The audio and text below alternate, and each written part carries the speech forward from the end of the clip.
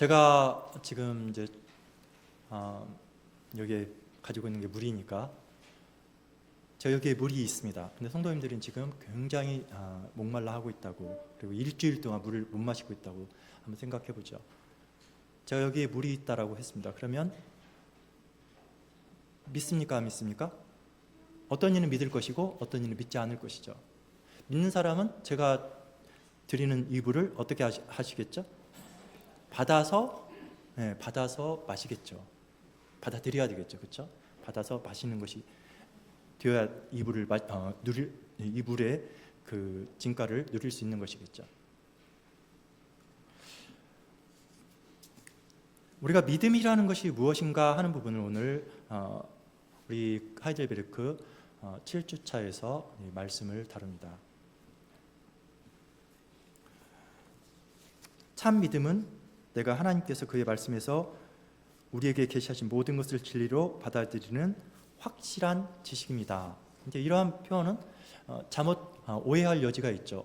알기만 하면 되는 거구나, 확실하게 알면 되는 거구나. 그러나 여기서 말씀하는 것은 그런 내용이 아니라는 것이죠.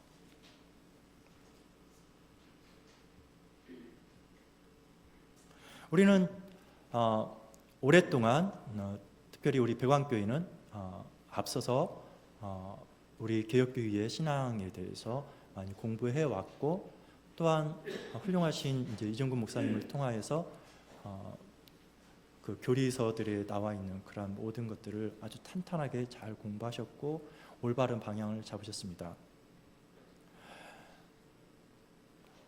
우리는 그러한 것들을 우리가 배워서 알고 있습니다. 그러나 배워서 알고 있다라는 것이 그것이 믿음인가 하는 부분이죠. 우리가 배워서 아는 것이, 요즘 현대인의 그러한 성향들이 그런 거라고 제가 전에 말씀을 드렸죠. 그러니까 이미 1세기 때 그 성경이 기록될, 그 신약 성경이 기록될 그 당시에 초대교회 때부터 이미 예수님 계실 때에도 사람들은 굉장히 이러한 지적 유의에 빠져 있었던 것 같아요. 더군다나 헬라 문화 이런 데서. 그래서 내가 뭔가를 안다라는 것이, 그것이 마치 구원인 것처럼 이렇게 여기는 사람들을 뭐라고 하죠? 영지주의자들이라고 하죠. 그러니까 내가 성경에서 말하는 것들을 알아. 나 성경에 예수 그리스도께서 이 땅에 오셨다라는 것도 나 알고, 하나님이 태초에 세상을 지으셨다라는 것도, 나는 진화론을 안 믿지만 난 그것도 믿어. 나 그것도 알아. 그리고 또한 예굽에서 나올 때 하나님께서 모세를 통하여서 홍해바다도 가르셨다라는 것도 알고, 다윗과 골리앗 이야기도 알고, 다니엘 이야기도 알고, 나는 다 알아. 그리고 나는 그것들을 받아들여 라고 한다고 해서 그것이 믿음인가 하는 부분이죠. 오늘 우리 교리문답서에서 우리에게 묻는 참 믿음인가 하는 것이죠. 믿음이 무언가 하는 부분을 오늘 다룰 것입니다.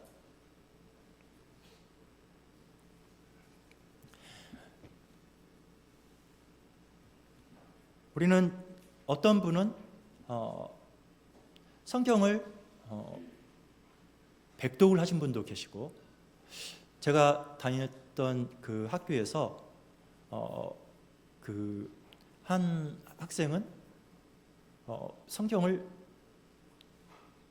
어쨌든 많은 수치였기 때문에 백독인지 천독인지를 모르겠어요. 어마어마하게 성경을 많이 읽었대요.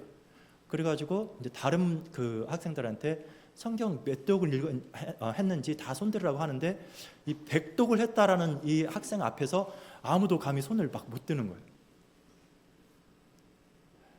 우리는 성경을 백독을 하면은, 그리고 기도를 많이 하면 이 사람의 믿음이 아주 훌륭하다라고 우리는 생각을 해요. 그래서 성경을 읽은 걸로 자기는 그냥 믿음을 다 과시해버려요. 성경을 내가 백독 읽었고 천독 읽었고 이것이 믿음인가 하는 부분이죠.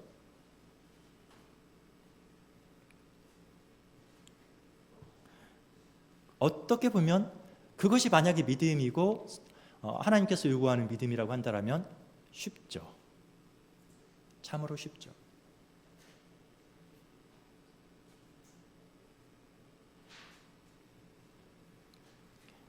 자, 우리는 예수님께서 하나님의 아들이 이 땅에 오셨다라는 것, 인간의 몸을 입고 오셨다라는 것을 믿습니까? 안 믿습니까? 그거 받아들여요? 안 받아들여요? 네, 받아들여요. 우리는 예수님께서, 즉 하나님의 아들이 인간의 몸을 입고 오셨다라는 것을 우리는 받아들여요. 그러면 우리는 구원을 받습니까? 분명히 구원은 믿음을 통하여서 구원을 받아요. 제가 물을 드리면 이것을 믿음으로 받아들여야 물을 마실 수가 있어요. 그와 같이 하나님의 아들이 이 땅에 인간의 몸을 입고 오셨다라는 것을, 그것도 바로 저와 여러분들, 나의 죄를 위해서, 나의 죄를 대속하기 위해서 오셨다라는 것을 우리는 그것을 받아들여요. 그러면 그것이 온전한 믿음인가? 그게 확실한 지식인가? 확실한 믿음인가? 하는 것이죠. 우리는 그러한 유혹에 많이 빠져요. 나는 예수님이 정말 오셨다라, 예수님 하나님의 아들이신데, 그리고 성부, 성자, 삼위 하나님 중에, 성령 삼위 하나님 중에 성자 하나님이신 것을 나는 받아들인다. 나는 그것을 믿는다. 그러면 우리는 그것이 내 지식으로 받아들였기 때문에 이것이 나의 구원과 직결된다고 생각을 해요. 이게 한국교회의 문제점이죠. 여기까지 한국교회는. 다 받아들인다 이 말이죠. 성경에서 말하는 것들 다 받아들인다라고 하는 거예요. 부인하지 않겠다라는 것이죠. 그래서 이에 대해서 야고보서에서는 분명하게 문제점을 지적을 합니다.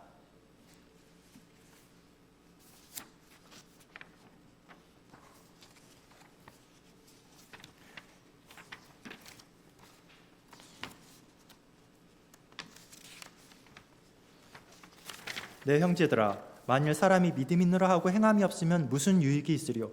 그 믿음이 능히 자기를 구원하겠느냐? 믿음은 있다고 하는데 행함이 없다 이 말이죠. 거기에 대해서 이 교회에 아주 볼품없고 허름한 옷을 입은 사람이 딱 들어왔어요. 근데 그 사람에 대해서 아무도 관심을 갖지 않아요. 우리들의 관심은 저 사람 그 누구라 할지라도 좀 권세 있고 좀 볼품 있고 옷도 좀 멋지게 입고 그런 사람한테 우리는 관심이 쏠리기 마련이죠. 이게 인간의 본성인데, 우리가 가난하고 지금 굶주리고 있는 사람한테 와가지고 옷 따뜻하게 입으세요. 그리고 잘 주무세요. 잘 먹고 잘 지내세요. 그럼 이 사람이 잘 먹고 잘 지낼 수 있습니까? 지금 이 사람 먹을 것도 없고 입을 것이 없어서 지금 그냥 아주 볼품없는 그 모습으로 그 허름한 옷을 입고 지금 왔다 이 말이에요. 그런데 우리가 내가 당신을 위해서 기도할게요. 내가 당신을 정말 사랑합니다. 내가 당신을 위해서 기도할게요. 내가 빡세게 기도해 드릴게요. 라고 하면서 내가 이 사람한테 나의 것을 나누지 않는다라면, 내가 이 사람에게 내가 가진 것을, 나의 옷을, 나의 먹을 것을 이 사람에게 주지 않는다라면 이 사람에게 유익이 있습니까? 없습니까? 아무런 유익이 없는 거죠. 즉 내가 가진 믿음이라는 것이 이 가진 것이 없어서 굶고 지금 추워서 잠을 제대로 못 자는 사람한테 아무 도움을 주지 못한다라면, 나는 그냥 말로만 한다라면 그것은 믿음이 아닌 것이죠. 야고보서에서는 그것을 가리켜서 무슨 믿음이라고 하냐면 그냥 죽은 믿음이다라고 하는 것이죠. 그래서 행함이 없는 믿음은 가짜다라고 얘기하는 거예요. 진짜 믿음은 뭐냐? 단순히 아는 것에 그치는 것이 아니라 행하는 것이라는 것이죠. 여기에 물이 있어요. 제가 물 마셨죠? 물이 있어요. 그러면 이 물을 받아서 마셔야 되는 거라 이 말이죠. 여기에 물이 있다라는 것을 아는데 그치는 것은 믿음이 아니라고요. 그것은 영주주의와 똑같은 거라고요. 내가 저런 미천한 그 사람들과 나는 달라. 나는 아주 천상의 지식을 가지고 있어. 그래 나는 다르다라는 것이죠. 나는 이 세상 사람들이 갖지 못한 고귀한 지식을 갖고 있기 때문에 나는 구원받은 자라는 것이죠. 나는 영적인 세상에 살고 있는 사람이라는 것이죠. 그래서 실천적인 삶에 있어서는 그냥 자기의 그 육신에 따라서 살아요. 육신의 정욕과 안목의 정욕과 이생의 자랑이 끌리는 대로 살아가는 거예요. 마음이 나를 끌어가는 대로.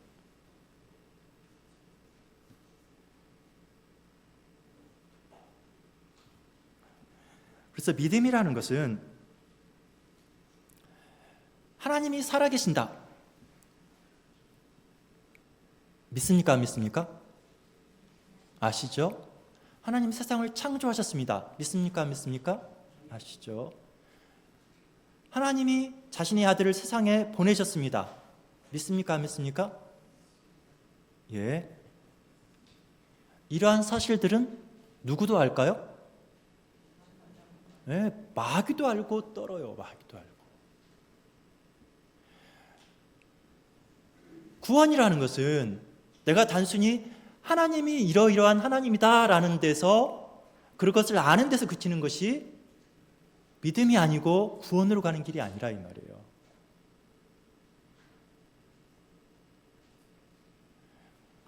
제가 신학교 다니면서 그 해외에서 유학하신 교수님들도 계시고 정말 말을 잘 하시고 아주 논리적이고 막 이런 교수님들이 계셨어요.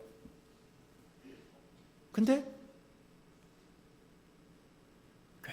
굉장히 윤리적으로 학생들을 막 휘어잡아요.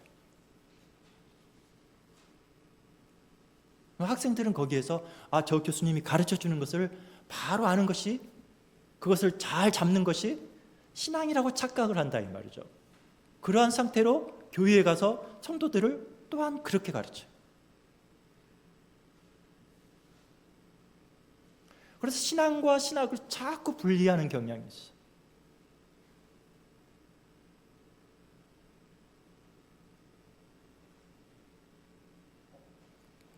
여기에 대해서 히브리서 11장에서 믿음의 부분을 분명히 우리들에게 밝혀주고 있습니다. 믿음은 바라는 것들의 실상에 보이지 않는 것들의 증거니라고 하면서 누구를 예를 들냐면 아벨과 가인의 예를 먼저 들죠.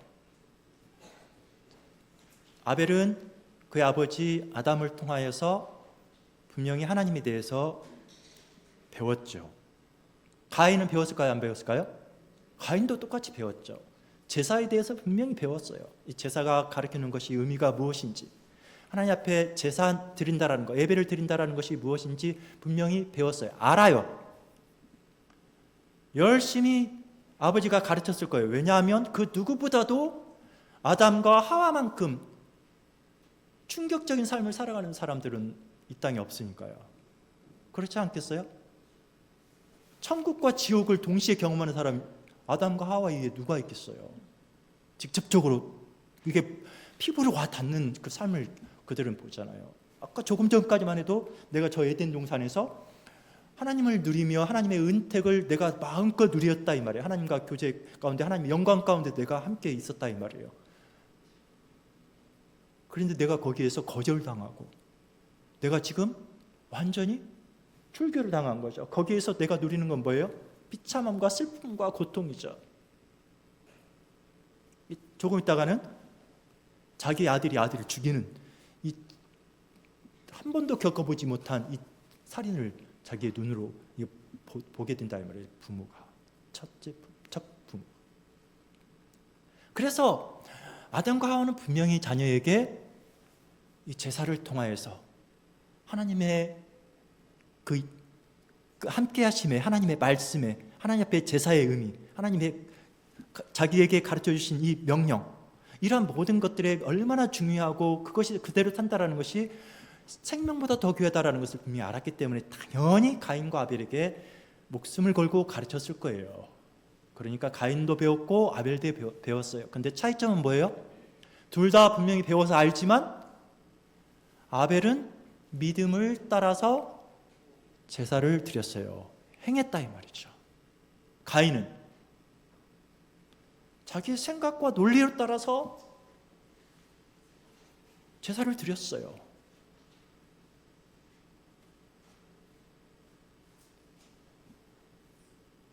결국에 가인은 계속해서 지옥을 경험하게 되고 지옥의 삶을 살게 되는 것이죠.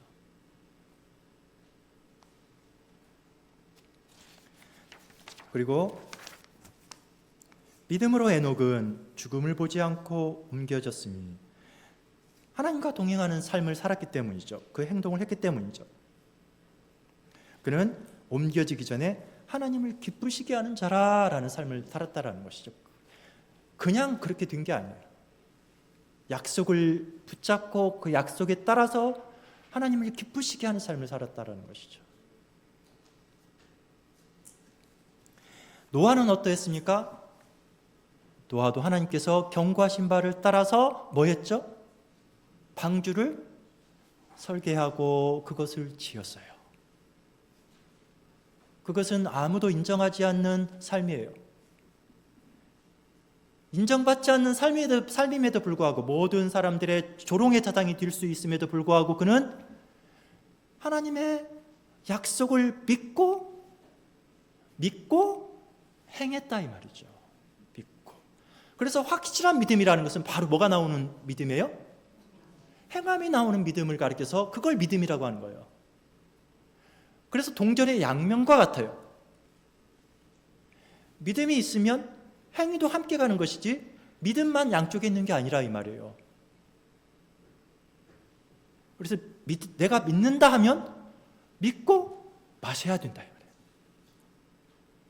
왜냐하면 이제 날씨가 따뜻해지고 그러면 성도님들이 이제 그 활동량이 많아지고 물 마실 기회가 많으실 거 아니에요. 계속 믿음을 생각하시라고요. 계속 물을 마실 때마다 믿음은 믿고 행하는 거야. 믿고 마셔야 되는 거야.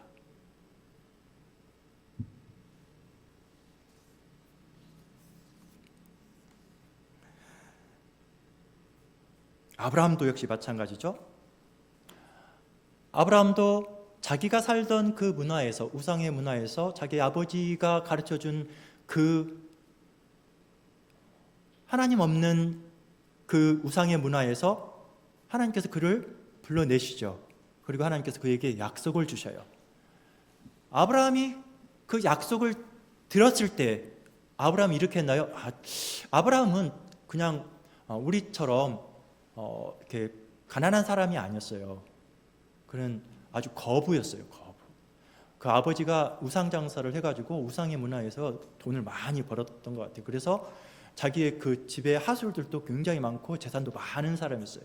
아마 그의 능력으로는 바벨탑을 아마 지어도 그 부족함이 없는, 얼마든지 그 바벨탑을 따로 지을 수 있는 그러한 아주 대단한 사람이었다 이 말이에요.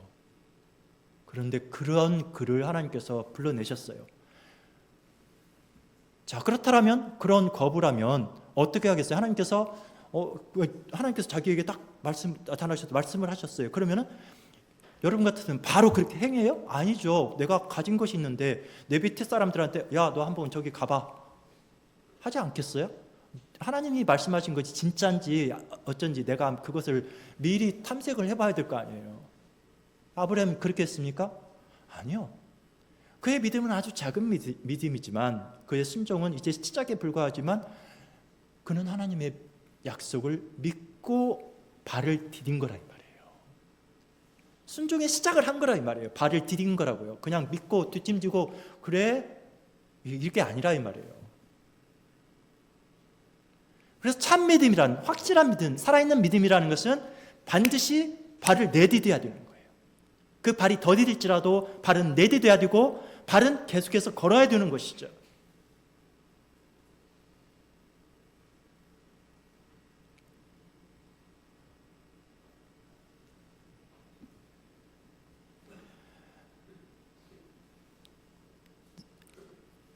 내가 길을 가다가 다리를 건너는데 발을 헛디뎌 가지고 다리 밑으로 내가 빠졌어요. 근데 지나가던 사람이 나를 구해줬어요. 그러면 나는 기뻐가지고 거기에서 막 거기다 집을 짓고 거기에서 빠져나온 것을 막 즐기고 거기에 머물러 있으면 되겠습니까? 이 사람은 정상적인 사람입니까? 아니죠. 이 사람은 가던 길을 가야 되죠. 그렇죠? 우리가 예수님을 믿는다라는 것은 마찬가지예요. 나는 예수 믿고 나는 구원받았어. 난 거기에만 취해 있는 것이 아니라 우리는 발을 디디고 가야 된다 이 말이에요. 믿음이라는 것은 행하는 거예요. 살아있다라는 것은 움직여야 살아있는 거예요.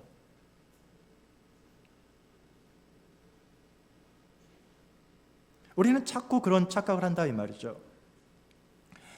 우리는 성경에서 말하는 것들을 나 이거 받아들여, 나 이것도 받아들여, 나 이것도 받아들여, 나는 진화론을 거부하지만 창조론도 받아들이고 성경에서 말하는 것들은 다 받아들여, 그 진리라는 거 다 받아들여. 그것이 우리의 믿음이라고 우리는 자꾸 착각하는 경향들이 있다 이 말입니다. 그러니까 성경을 백독한 사람이 성경을 겨우 일독한 사람 앞에서 이렇게 의시되고 그 일독한 사람은 그 사람 앞에서 이렇게 하고 있다 이 말이죠. 둘 다 문제가 있는 거죠. 둘 다.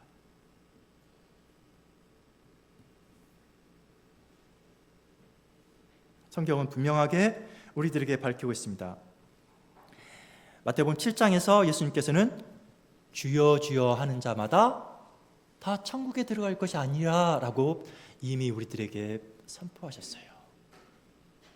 나는 이것도 행했는데요, 나는 이런 기적도 했고, 나는 기도하다가 환상도 받고, 나는 또 이것도 보고 다 했는데요, 그걸로 구원받는 게 아니라고요. 그게 참 믿음이 아니라고요. 아버지의 뜻대로 행하는 자라야 된다 이 말이죠. 아버지의 뜻대로, 뜻을 아는 것이 아니라 아버지의 뜻대로 행해야 된다 이 말이에요. 아버지의 뜻을 아는데 그치는 것도 아니고, 그걸 받아들이는데 그치는 것도 아니고, 주여 주여 하는 자마다 다 내게로 올 것이 아니라고요. 주님께로 들어가는 게 아니라고요. 아버지의 뜻대로 행하는 자가, 그렇지 않는다라면 불법을 행하는 자라고 얘기하는 것이죠. 불법을 행하는 자들. 천국에 들어가시고 싶으십니까? 하나님 나라에서 살고 싶으십니까? 그렇다면 아버지의 뜻을 행하십시오.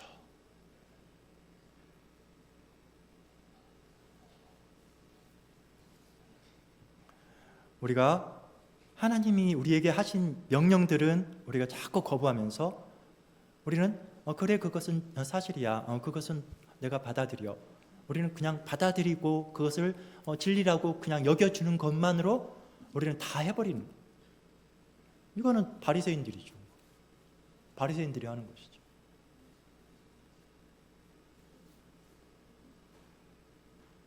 그래서 믿음이라는 것은 이 말씀이 진리야 라고 간주하는 것이 아니라, 그것을 받아들이고 멈추는 것이 아니라, 그것을 받아들이고 내가 그것을 먹고 살아내는 거예요. 그래서 하이델베르크에서 우리는 순종의 작은 시작만 하였을 뿐이지만 해야 된다 이 말이죠. 그렇다면 어떻게 해요? 우리의 삶에서, 우리의 삶의 모든 상황과 형편과 처지에서 말씀이 나를 이끌어가야 되는 거죠. 그냥 인정만 하고 그래 오늘 또 목사님 설교 괜찮았나? 괜찮았어. 그래 잘했어. 나는 오늘 또 여기서 설교를 들었고, 그러나 말씀 어디다 두고 가요? 예배당 문 안에다가 딱 가둬놓고 그냥 가는 거예요. 그리고 다음 주에 와가지고 예배당 문을 여는 동시에 또 말씀을 또 딱 받아들이는 것이죠. 항상 우리는 그렇게 습관화되어서는 안 된다 이 말이에요. 회개하셔야죠. 회개하셔야죠. 우리는 말씀을 가지고 가야 돼요. 어디로 가지고 가야 되냐면 우리의 삶의 모든 처지와 형편으로 가지고 가야 된다 이 말이죠. 그렇다면 우리 이제 앞으로 그 결혼을 생각하는 우리 청년들은 어떤 생각을 해야 될까요? 말씀 앞에 우리가 말씀을 우리가 믿는다라면 우리는 어떻게 해야 될까요? 결혼을 할 때에도 그 세상이 보는 그러한 시각으로 상대를 바라보지 않죠. 나의 배우자를 찾지 않죠. 누가 하나님 앞에서 같은 신앙 고백을 하는가? 누가 같은 신앙 고백으로 하나님 앞에서 순종하며 살아가는가? 누가 하나님께서 우리에게 이 복음 설교를 통해서 주신 이 말씀을 함께 섭취하고 함께 이 말씀을 가지고 서로 세워줄 수 있는가? 이거 가지고 고민을 하죠.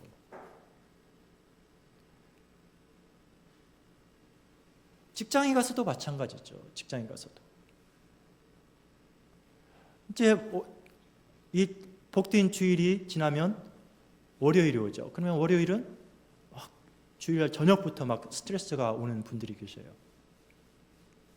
왜요? 직장에 가면 또 누구 때문에 내가 또 스트레스를 받아야 되는. 거기에서 말씀이 나를 이끌어 가줘야 되죠. 거기에서 믿음의 행위가 내게서 나와야 되죠. 그것이 참 믿음인 거예요. 지나가는 그 낯선 한 사람을 보면은 저 사람을 보고서 아이고 저 꼬라지가, 우리는 그럴 게 아니라 그를 불쌍히 여기는 마음으로 바라볼 수 있어야 되죠. 항상 우리는 그리스도의 말씀을 가지고 가는 사람들이에요. 우리는 가라라는 명령을 따라서 우리는 삶의 모든 첫 터전으로 보냄받은 사람들이기 때문에 우리는 그냥 가는 사람들이 아니잖아요. 말씀을 가지고 가는 사람들이에요. 말씀을 가지고 가는 사람들. 말씀을 가지고 가지 않으면 그 사람은 살 수가 없어요. 말씀을 가지고 가는 사람과 성령께서 역사하시는 거예요. 성령의 그 놀라운 은혜를 경험하시기를 원하신다라면, 지금 하나님 나라를 누리시기를 원하신다라면 말씀을 가지고 다니셔야 되고 그 말씀을 내 삶 가운데서 펼쳐내셔야만이 그걸 누릴 수 있는 거라 이 말이에요.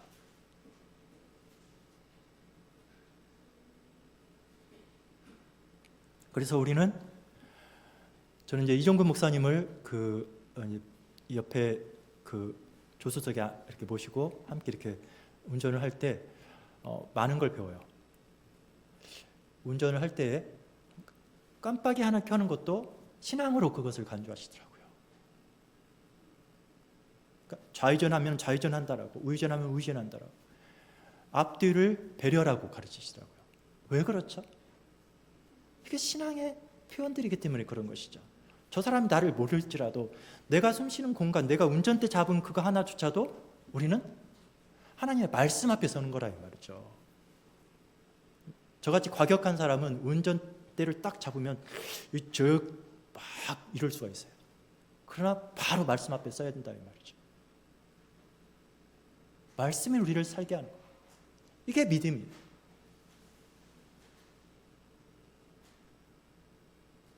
어떤 분이 계셔요. 직장의 동료와 항상 갈등이에요. 근데 알아보니까 둘 다 크리스찬이에요. 근데 둘 다 크리스찬인 것을 감춰요.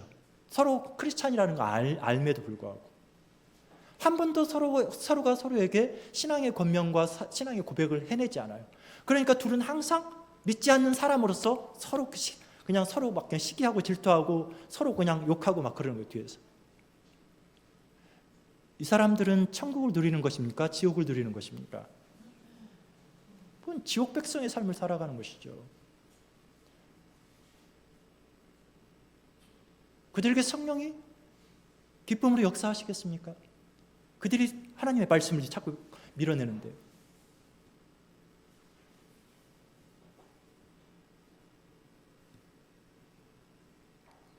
우리는 우리들의 일상생활에서 모든 처지와 상황 속에서 믿음의 행위를 해야 된다 이 말이죠. 그게 참 믿음, 살아있는 믿음이에요. 그래서 우리가 어떤 그 어려움에 처해 있거나 어떤 내가 이해하지 못한 상황에 처해 있거나 이러한 모든 상황들을 처할 때 우리는 바로 말씀으로 돌아가므로 하나님의 약속을 믿고 하나님의 약속에 따라서 우리는 위로를 받습니다. 그냥 이거 가지고 바로 친구에게 가기보다, 바로 상담자에게 가기보다 우리는 하나님의 말씀 앞으로 가는 거예요. 왜 그렇죠?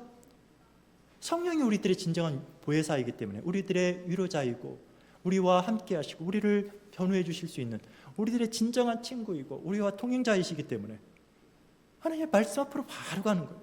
그러면 성령께서 말씀 가운데서 우리를 위로하시고 우리를 다독이시고 우리에게 참 소망을 주시고 참된 위로를 우리에게 주심으로 우리가 살아갈 수 있는 거죠.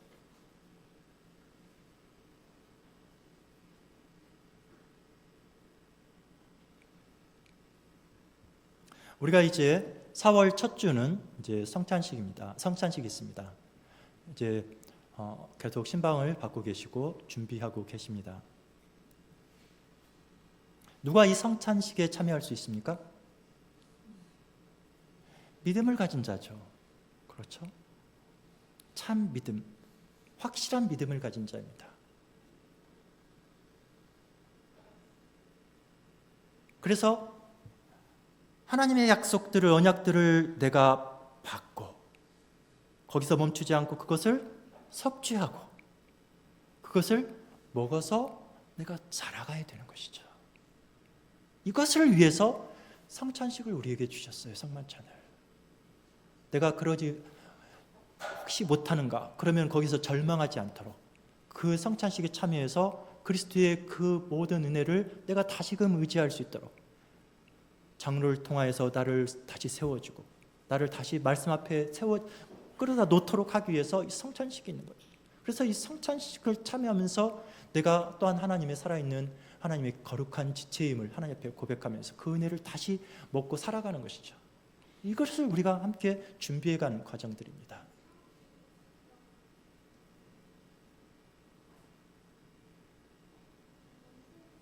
그래서 믿음은 멈춰 있어야 됩니까? 아니면 자라가야 됩니까? 제가 물을 마셨으면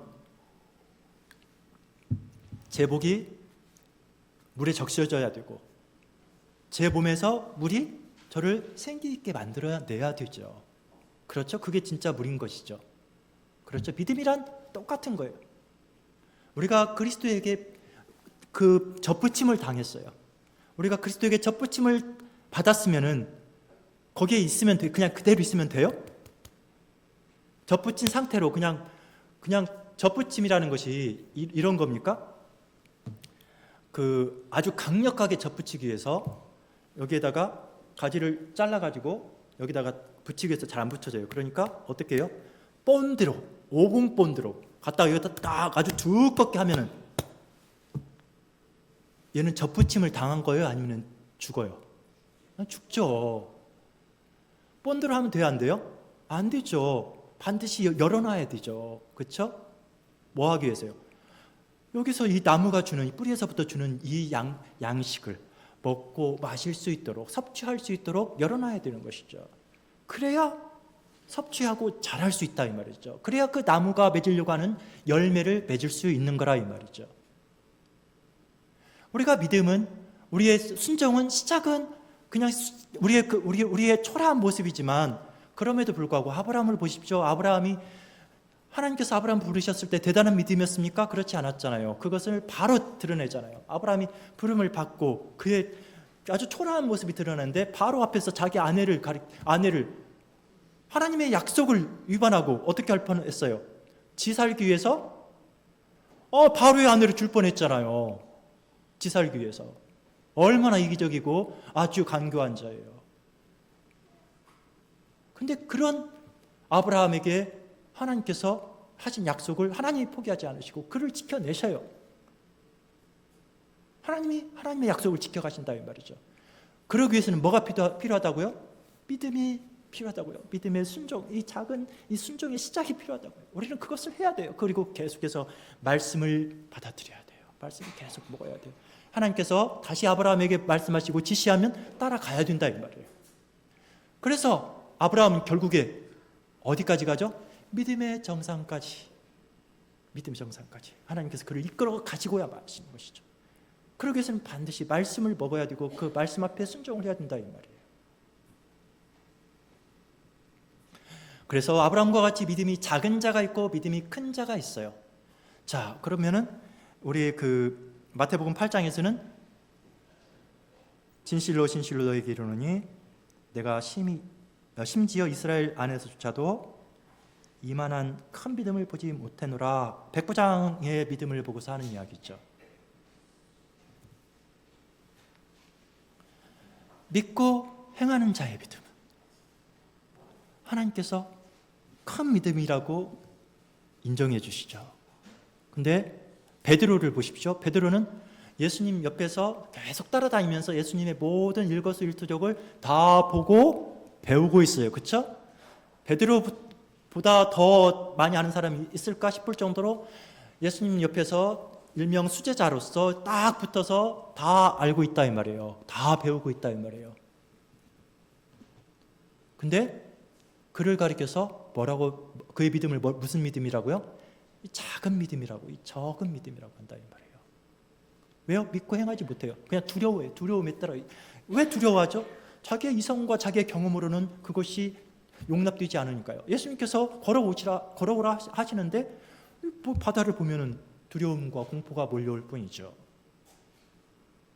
바다가 의미하는 게 그런 거죠. 아까 오전에도 잠깐 말씀드리려다 멈춘 부분이, 바다는 바로 공포와 두려움과 고통의 장소예요. 자기의 현실을 바라보는 거예요. 하나님의 말씀은 그냥 좋은 말씀, 성인의 말씀, 이런 것들 하나로 그냥 간주해버려요. 그리고 내가 필요할 때 그냥 잠깐 이렇게, 아니라 이 말이에요. 하나님의 말씀은 생명의 양식입니다. 그 말씀이 반드시 창세기 1장처럼 하나님께서 세상을 지으실 때처럼 빛이 있으라면 빛이 있어야 되는 거예요. 그게 우리의 삶이에요. 생명이에요. 예수님도 말씀이 육신이 되어 오신 것처럼 우리는 하나님의 말씀으로 우리가 살아야만 되는 거예요. 말씀은 그냥 내가 안다, 들었다, 받아들인다 여기에 멈추는 것이 아니에요. 반드시 나의 삶으로 펼쳐져야 되는 것이 바로 그게 참 믿음이라 이 말이죠.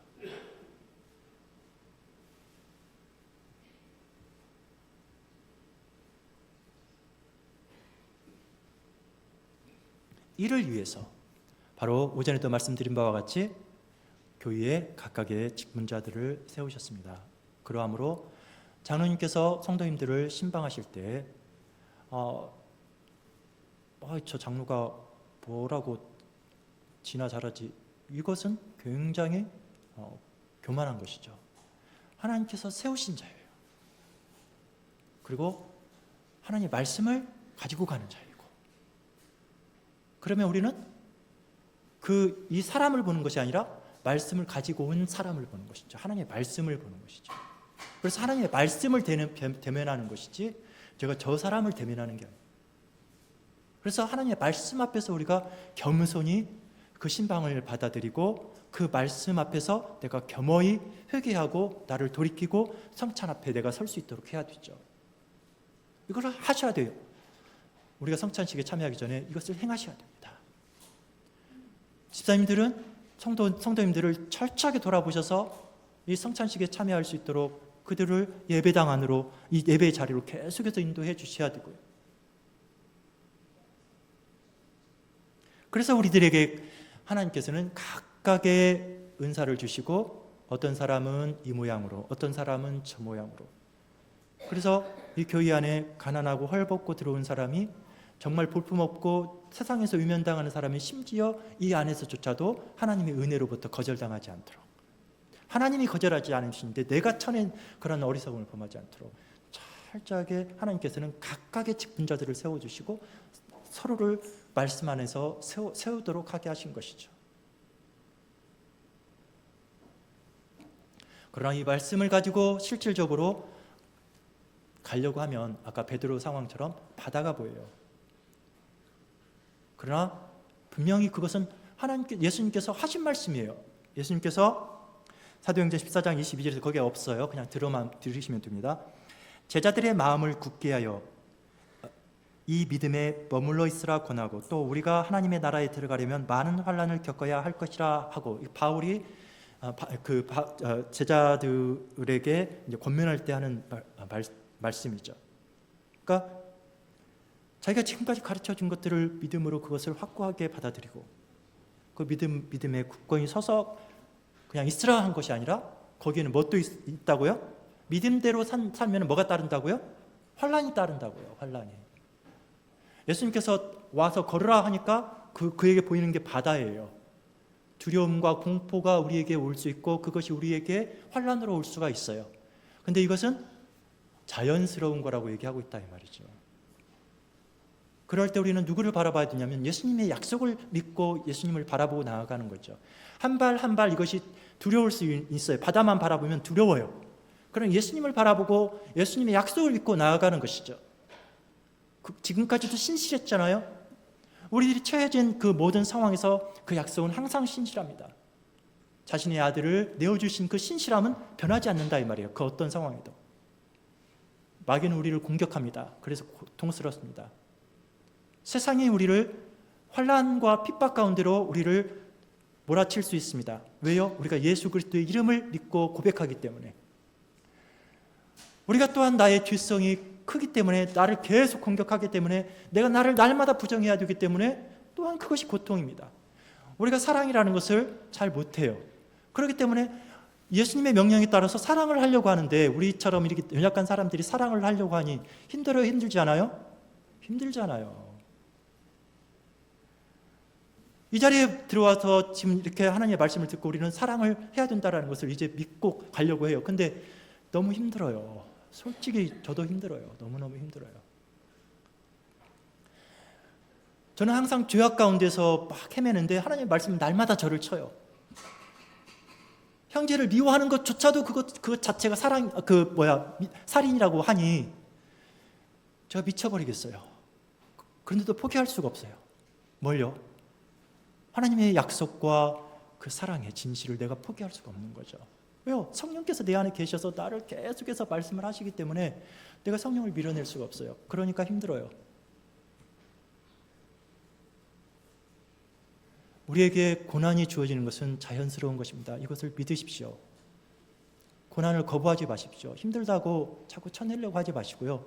하나님 앞에서 기쁨으로 받아들이십시오. 이건 하나님의 약속입니다. 예수 그리스도를 믿는 자들에게는 고난이 따를 것이라고 한 것은 약속입니다.